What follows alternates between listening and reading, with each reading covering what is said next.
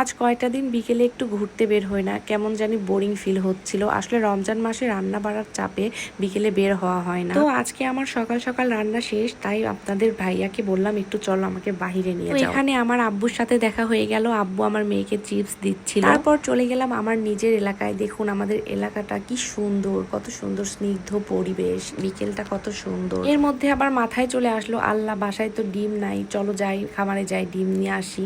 পরে চলে গেলাম আবার মামা শ্বশুরের খামারে, সেখানে গেলাম, গিয়ে 2 কেস ডিম নিলাম, নিয়ে আবার বাসায় চলে আসলাম। আসলে মাঝে মধ্যে একটু বিকেলে বাহিরে বের হলে মনটাও ভালো থাকে, শরীরটাও ভালো লাগে। আর যেহেতু আমার শ্বশুর বাড়ি এলাকা আর বাপের বাড়ি এলাকা পাশাপাশি, তাই বিকেলে বের হলেই আমি নিজের এলাকায় যেতে পারি। নিজের এলাকাটাতে গিয়ে নিজের পরিচিত মুখগুলাকে দেখতে পেলেই আমার শান্তি। আর এদিকে আমার মেয়েটাও বাহিরে যাওয়ার জন্য অস্থির হয়ে যায়। আসলে ছোট মানুষ তো বাসায় বন্দি বেশিক্ষণ থাকতে চায় না, তাই ওকে নিয়ে হলেও আমার মাঝে মধ্যে বের হতে হয়।